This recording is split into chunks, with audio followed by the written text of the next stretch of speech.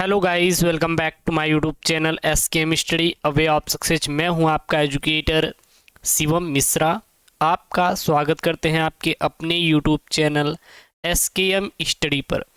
और यहां पर लेके आए क्लास 12th बायोलॉजी। जी हाँ, ये कक्षा 12वीं जीव विज्ञान वालों के लिए है, जो कि बहुत ही इम्पॉर्टेंट टॉपिक है।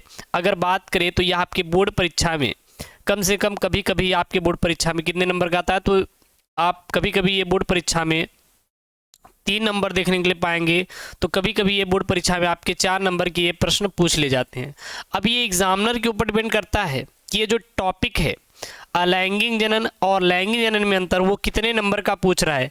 और इस टॉपिक को आप तैयार कर लीजिए, बहुत ही ये आईएमपी वाला टॉपिक है, मैं आपको बताने वाला हूँ, ठीक है ना।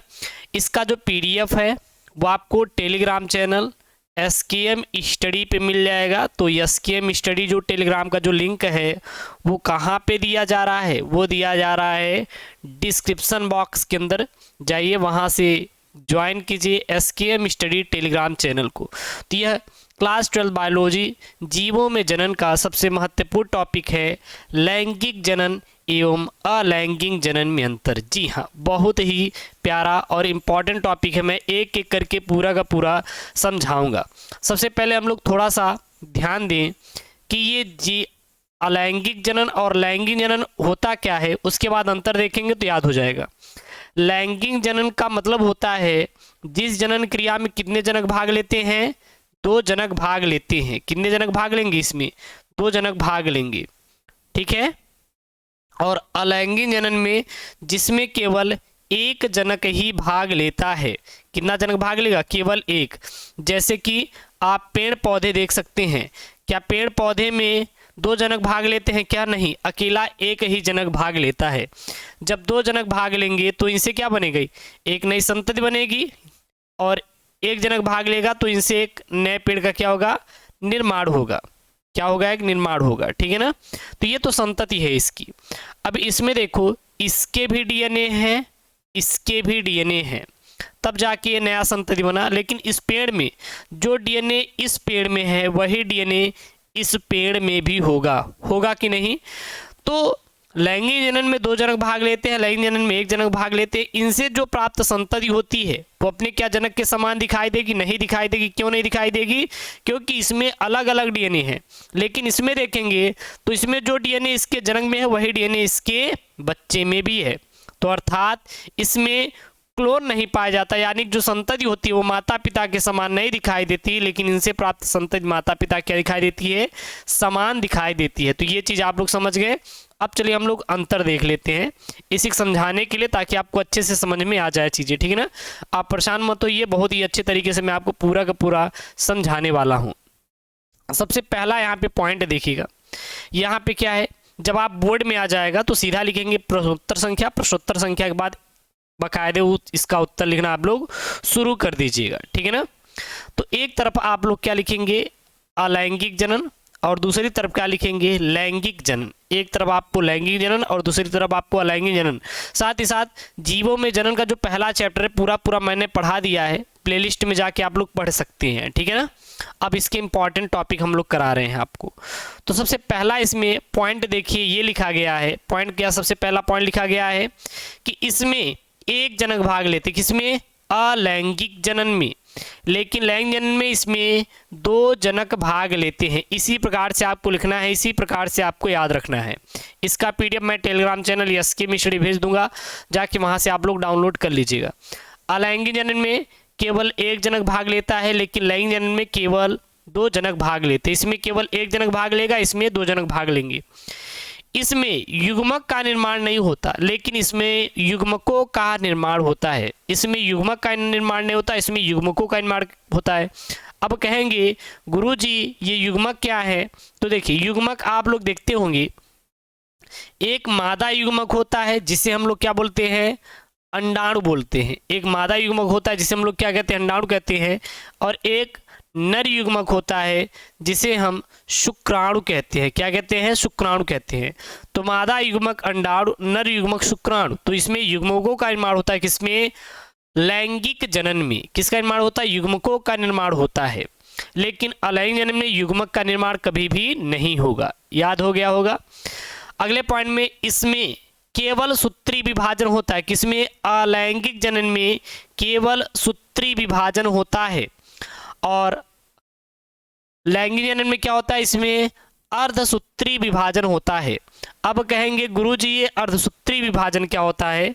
इसको यहां से आप समझेंगे तो अच्छे से आपको समझ में आएगा। देखिए, जैसे कि मान लीजिए एक्स वाई ये किसके हैं? ये आपके नर के हैं। और यहाँ पे क्या है? एक्स एक्स जो कि मादा के गुणसूत्र हैं। कुल यहाँ पे 46 जोड़ी गुणसूत्र, यहाँ पर भी 46 जोड़ी गुणसूत्र। नर में या मादा में 46 रहेंगी। तो क्या कोई जो नई संतति बनेगा, इसमें कितने रहेंगे? इसमें भी तो 46 रहेंगे ना। तो इसमें क्या रहेगा? यहाँ पे देखिएगा, इसमें लिखा है इसमें अर्धसूत्री विभाजन। मतलब यहां से जब कोई नई संतति बनेगा तो यहां से या तो यक्स आएगा या तो क्या आएगा? वाई आएगा। या तो यक्स आएगा या तो वाई आएगा। और यहां से या तो यक्स टूटेंगे। यानी कि अब ये देखिए पहले 46 थी, अब 23 में क्या हो गए? ये दोनों आपके बट गए। ये देखिए ये 23 में और ये 23 में आपका बढ़ गया। अब यहाँ जब यक्स आया तो क्या बना? 23x कितना हो गया? 46।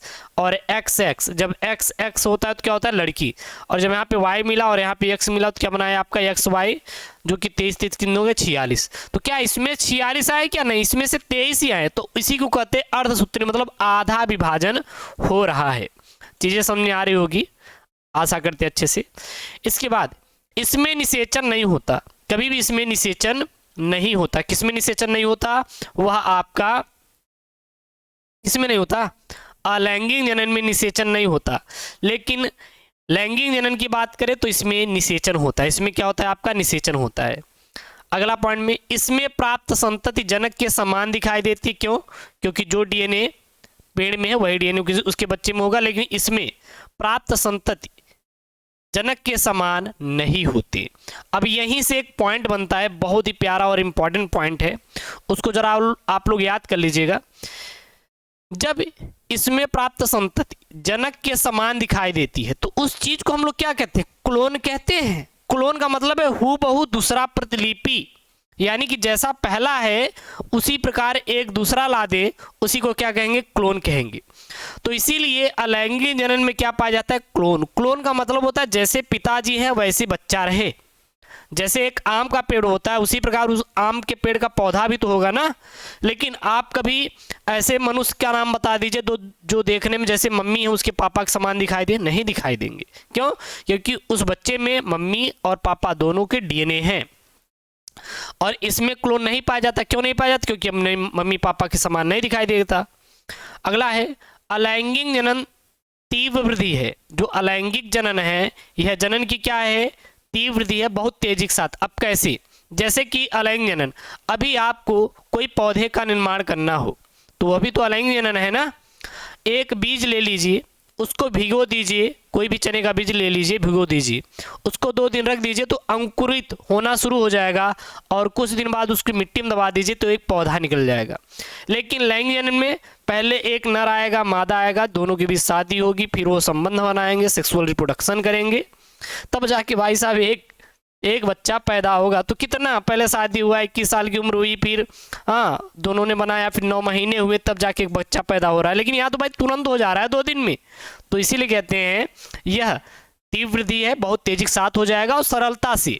यह एक सरल विधि भी है, इसी को रिलेट कर लीजिए। लेकिन यह क्या है? यह धीमी है और यह जटिल विधि है, क्योंकि इसमें बहुत ज़्यादा आपको करना पड़ेगा प्रोसेस, तब जाके एक नया बच्चा इसमें पैदा होगा। तो इस चीज को आप लोग याद रखिएगा बाकायदे। उसके बाद यहाँ पे है जनन की यह विधि निम्न श्रेणी के जीवों में होता है।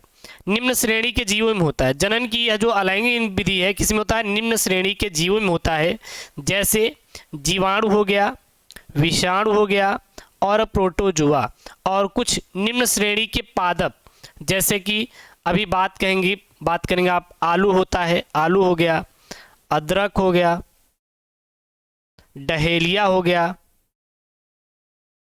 इत्यादि जितने भी हैं, मैंने नोट्स में पूरा इसका नोट्स मैंने पढ़ाया भी है, आप यूट्यूब पे देख सकते हैं वीडियोस के माध्यम से।